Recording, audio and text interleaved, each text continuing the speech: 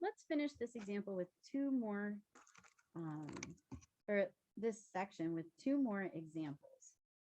I put in this example because there's not much data, but I want to show you that you do have data. The annual consumption of frozen yogurt has decayed exponentially from 2.6 pounds per person in 1995 to 1 pound per person in 2006. Okay. Write an equation that models this consumption. Well, actually, the first thing we're going to do is make a data table so that we can put it in L1 and L2 and put our data in there. So, years since when? 1995. Years since 1995 for L1, and pounds of ice cream eating in the other. So in 1995, that was the year, and it was 2 pounds per year. 2.6 pounds of ice cream being eaten. In 2006, what is that, 11 years later? Clear. 2006, 1995. Voila, just same. 11 years later, people are only eating 1 pound of ice cream per year. But this is our L1, our L2. This is our explanatory or independent variable. This is our response to time or our dependent variable. And we are ready to put that in here. Stat, edit, clear my lists. L1, L2, clear it, 0, and then 11 years later, 2.6 pounds, 1.0 pounds. Got it. Second, quit. Okay. So first I had to put things into L1 and L2. Now I have to find my model. So I have to go to stat, calculate. I'm looking for the exponential model because it said to. Exponential regression, L1, L2, yes, calculate. All right, so it looks like, right, the pounds of ice cream, should we call it I for ice cream?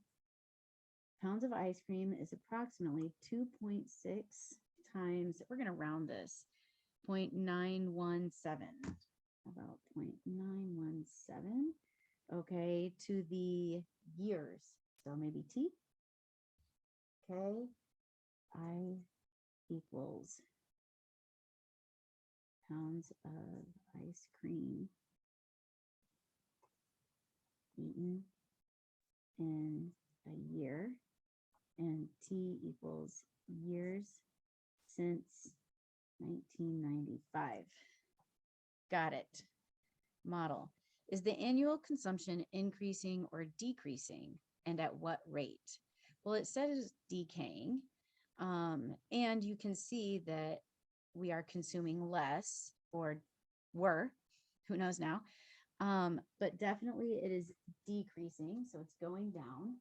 And at what rate? Well, this gives me a percentage. So if it was steady, we would have 100% the same. It would be the same, 100% of 2.6 is 2.6, same all the time. Let's take away our 91.7%. So this is how much is retained. And what's the difference? 100, 91.7, and we get 8.3. So, all right, so what would I would say? I would say that the consumption is decreasing by, it is losing 8.3% from the previous year. So, per year. At what rate?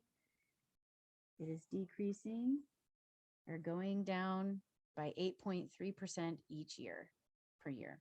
Okay, now this one has more data, but these are in thousands and these are in years. And our calculator simply doesn't like that.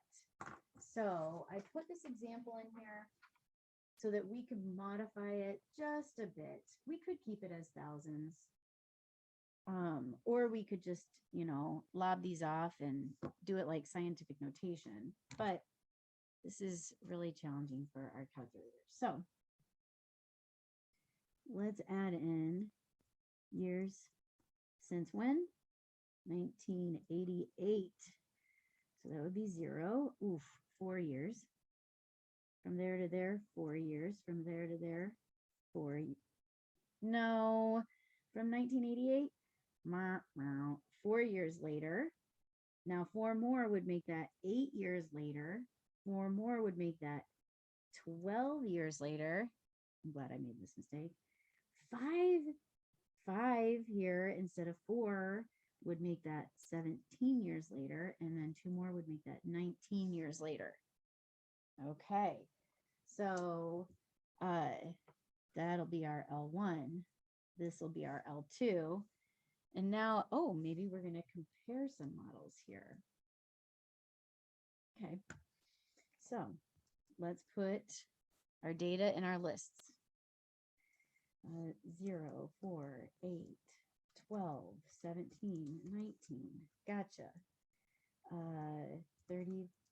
350,000, 138,000, 33,000, 4,000, 3,200, and 1,300. Okay, stat, calc, linear model. Linear regression, L1, L2, good to go. All right, here we go. The initial here is 247,000. Linear model for this data. So let's go polio cases is approximately 247,078. I guess we could even go a little higher. We could round that to 0.5 maybe, sure. And then, it's going down. So minus 15,882 cases, 0.8-ish for each year. So I'll call this maybe T. And just to the side here, I'm going to note that R is approximately negative 0.85, which is, 85%. So, And then find the exponential model. Okay, similar. We're going to go stat, calculate, go arrow down to exponential regression, hit enter, L1, L2. Oh, no. There we go. And it looks like that would read polio cases is approximately 342,580. I notice how that initial is not perfect, and I notice how that initial is definitely not perfect. Anyway, the B rate is about 0.742. Okay, and then that's exponential. And I would like to quickly remark that R here is actually much better, 0.98-ish, which is, so it's got a much better fit in terms of matching this data. Okay, it says, make a scatter plot with, typo, I can count with the 2 models on the graph. Okay, so I need to go into y equals, clear out what I have, and put my 2 equations. Okay, so for y1, 247,078.5 minus 15,882.8 times x. For my second one, 342,580 times 0.742 with the exponent. And I think I'm ready to do a zoom. Oh, no. I didn't put in my stat plot. My bad. I need to turn on my stat plot. And now I have scatter plot L1, L2. Now I'm ready to do zoom statistics. And there's the scatter plot. Oh yeah, for sure. Look at that exponential model match much better. Okay, so make a scatter plot with two models on the graph. Okay, polio cases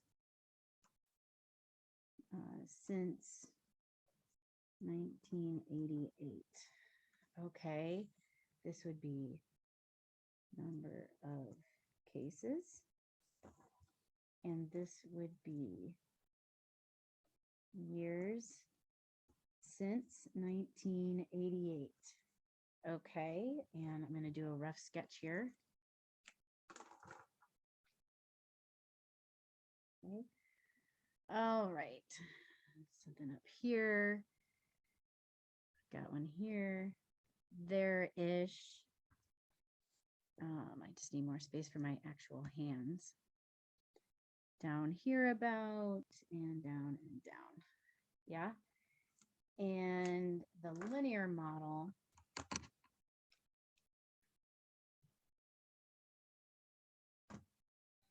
looks something like that. Some above, some below. Yeah.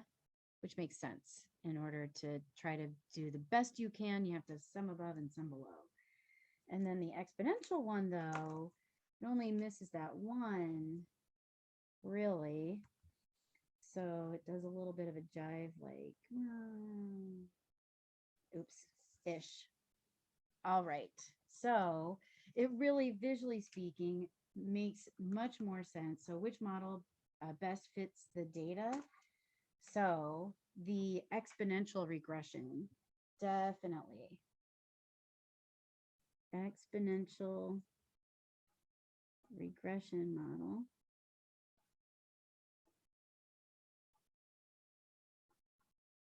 is best.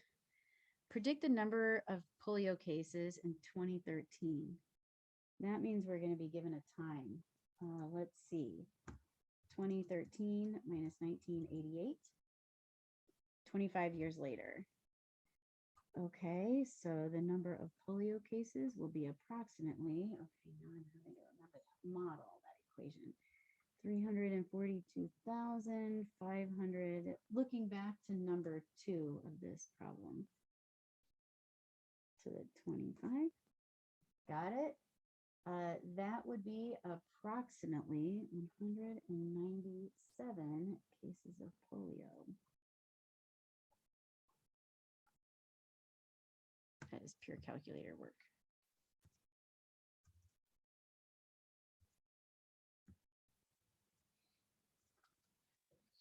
About 197 cases, okay, in 2013. Find the half-life of polio. Okay, well, where did it start? How many? 350,000, half of that. So would be 175,000 cases. So if I'm going to use the equation, which I'm going to do, I would say 175,000 is my P is equal to, but now I'm using the model instead of perfection. Models aren't perfect. They're really good estimates. First step, divide by 342,580. Because I'm solving this using the log, but you of course could use the graph or the table. So it's not going to be perfectly 1/2.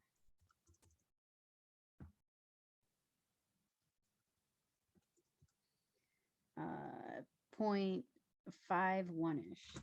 So 0.51 is approximately 0.742 to the t. And now I'm going to do log base 0.742 of 0.51. Math. Go down, whoops, go down to log. I did math to get here, and then I arrowed down to log to get this. And log base 0.742 of 0.51. Hit enter, and I get about 2.3-ish, 2.25-ish, 2.26-ish. Okay, so T is approximately 2.26. So that was 2 years later in 1980. In 1980, there were about 175,000 cases.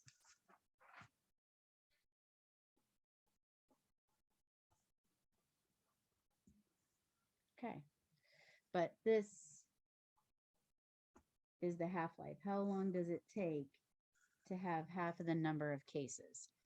When does this model predict polio will be eradicated? Eradicated means 0. Oh, by the way, just in case you're like, what? Another way to do this, right, would be to do this to be y1, this to be y2, and do the graph of y1, y2, and do the intersect. Or you could do the table, or you could do a bunch of guess and checks. But when does it eradicate it? Well, that's saying that there would be 0 cases.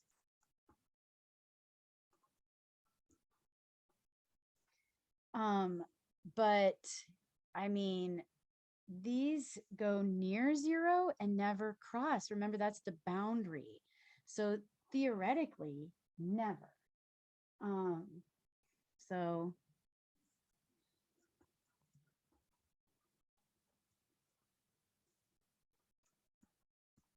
okay. But you know how Earth works. Like sometimes it's got surprises and stuff. And also how models work. They're the best estimate. They're not perfection. So I want to just summarize this a little bit. This was 4.6, the graphs and models of exponential data, where you modeled, so you created equations using the calculator, and you could do this using Excel and Google Sheets too, or whatever, to model growth and decay scenarios and interprets. You even solved. So yet another thing that you did in this section was solve using the graphs and the models of exponential data.